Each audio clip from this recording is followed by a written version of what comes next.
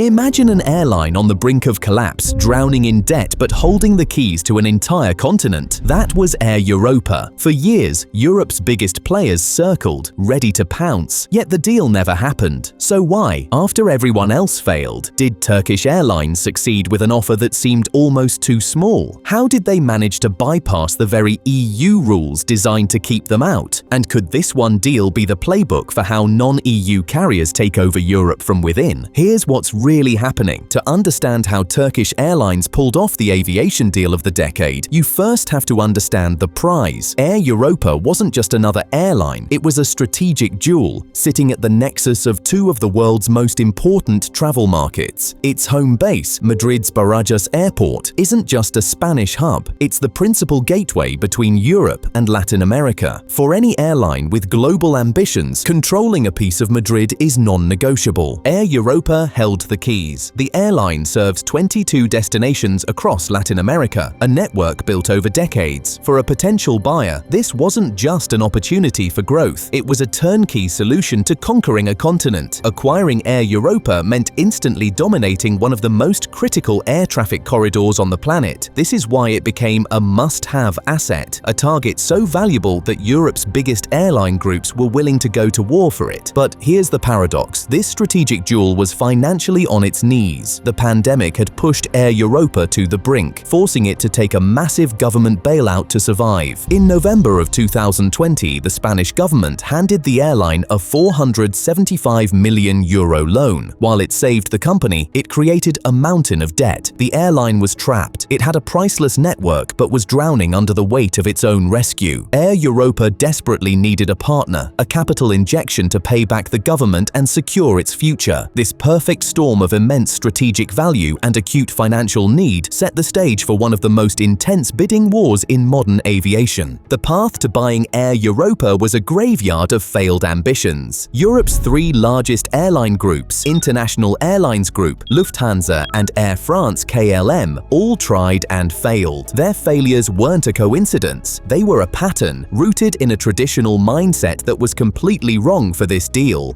First came IAG, the owner of British Airways and Spain's flag carrier, Iberia. In 2019, they announced a €1 billion deal to buy Air Europa outright. The logic was simple: merge Spain's two biggest airlines and create an untouchable monopoly. But that was the very problem. The European Commission, Brussels' powerful antitrust regulator, saw the deal for what it was: a death blow to competition in the Spanish market. A combined Iberia and Air Europa would have controlled a staggering 49 of Air Europa's 59 routes. So what happened next? Regulators prepared to veto the deal. IAG grew desperate. They offered to give up a massive 52% of Air Europa's routes to rivals to appease the Commission. But it wasn't enough. The deal was so anti-competitive that even gutting the airline wouldn't fix it. In August of 2024, IAG finally walked away, paying a €50 million breakup fee. Their quest for total control had ended in total failure, leaving them with just a 20% stake they had bought earlier. But the story doesn't end there. With IAG out of the picture, the door was open for the other giants. Here's where it gets even crazier. Lufthansa and Air France-KLM both entered into serious negotiations. They knew the strategic value, they had the money, but they made the exact same mistake as IAG, just in a different way. Their entire strategy was built on one single demand: a path to control. They didn't just want a piece of Air Europa, they wanted to eventually own it, to swallow it whole and integrate it into their massive corporate structures. This was a fatal miscalculation. They weren't dealing with a faceless corporation, they were dealing with the Hidalgo family, the founders of Air Europa. The Hidalgos were proud, they were defiant, and they had no intention of selling their family jewel. They needed a partner, not a new parent company. Both Lufthansa and Air France-KLM couldn't grasp this. Their insistence on control, combined with lowball offers that massively undervalued the airline, created a chasm that could never be bridged. They too walked away empty-handed, leaving the prize sitting on the table, seemingly unattainable. So if Europe's most powerful airlines all failed, how did Turkish Airlines succeed? The answer is a masterclass in strategy. They didn't win by being bigger or richer, they won by being smarter. They understood something their rivals didn't. The very rules designed to keep them out were actually the key to getting in. At the heart of European aviation is a law known known as Regulation 1008/2008. It's a fortress wall designed to protect the market. The rule is simple and brutal. To operate as an EU airline, you must be more than 50% owned and effectively controlled by EU nationals. Effective control is the key phrase. It means a non-EU entity can't have the power to dictate an airline's strategy or management, regardless of how many shares they own. This rule is why IAG's rivals couldn't just buy Air Europa. It's the law that shaped this entire battle. But here's the brilliant twist. Turkish Airlines looked at this fortress wall and didn't see a barrier. They saw an opportunity. While Lufthansa and Air France-KLM were fighting for a level of control that was legally complicated and undesirable for the owners, Turkish Airlines proposed the exact opposite. They offered a deal that was perfectly, beautifully compliant. First, the stake was small, just 25 to 27%. This was comfortably below the legal threshold, immediately signaling to regulators that they had no intention of a hostile takeover. Second, the structure was genius. The €300 million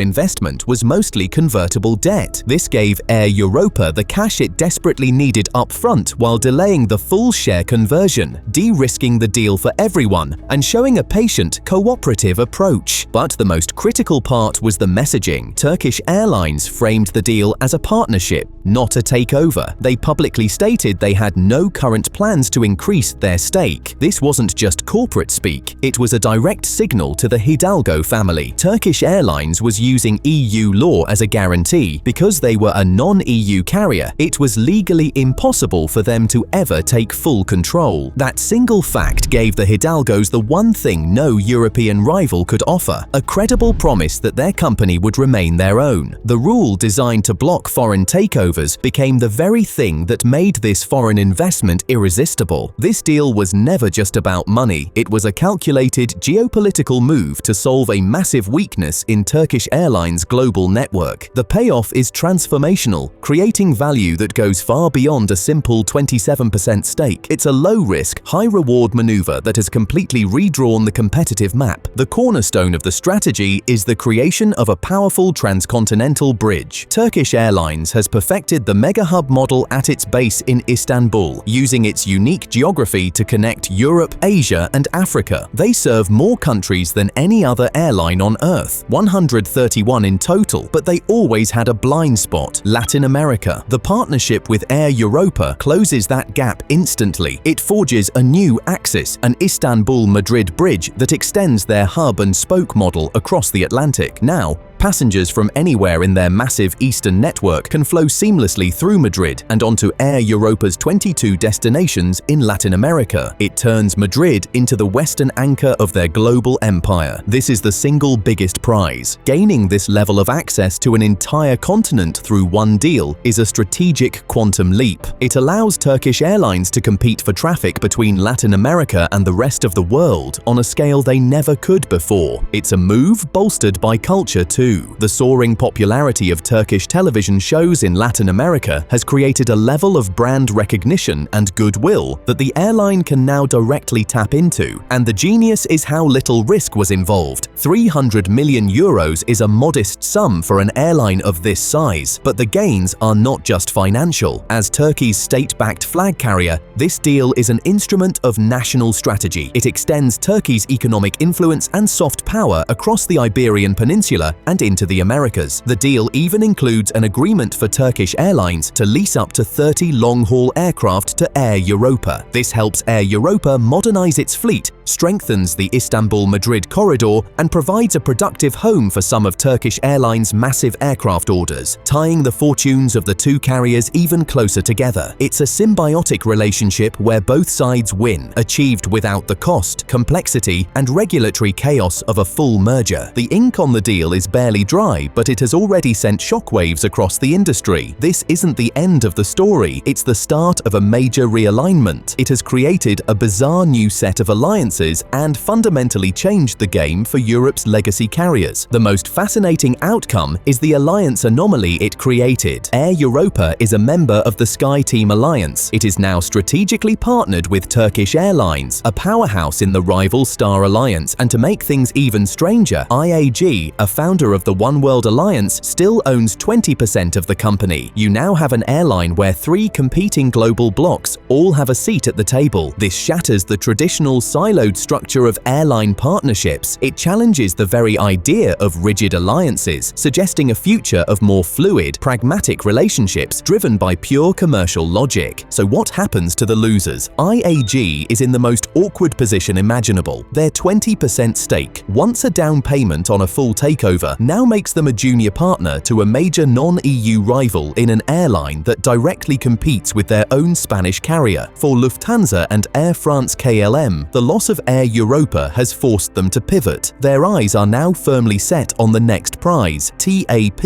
Air Portugal. Like Air Europa, TAP has a strong Latin American network and is up for privatization. The battle for Air Europa is over, but it has raised the stakes for the next war. But the biggest implication is the new template this deal provides. Turkish Airlines may have just written the playbook for how other non-EU carriers can penetrate Europe's protected market. The path of full acquisition is blocked, but a non-controlling, capital-providing minority partnership is a viable alternative. This model could be incredibly attractive to powerful airlines from the Gulf or Asia who have long wanted a bigger foothold in Europe. By offering cash and connectivity without demanding control, they could replicate the Turkish strategy. This could unleash a new wave of foreign investment, challenging the dominance of Europe's big three and reshaping the continent's skies forever. Is this a brilliant new model for global partnerships, one that favors cooperation over consolidation? Click here to check out another one of our videos.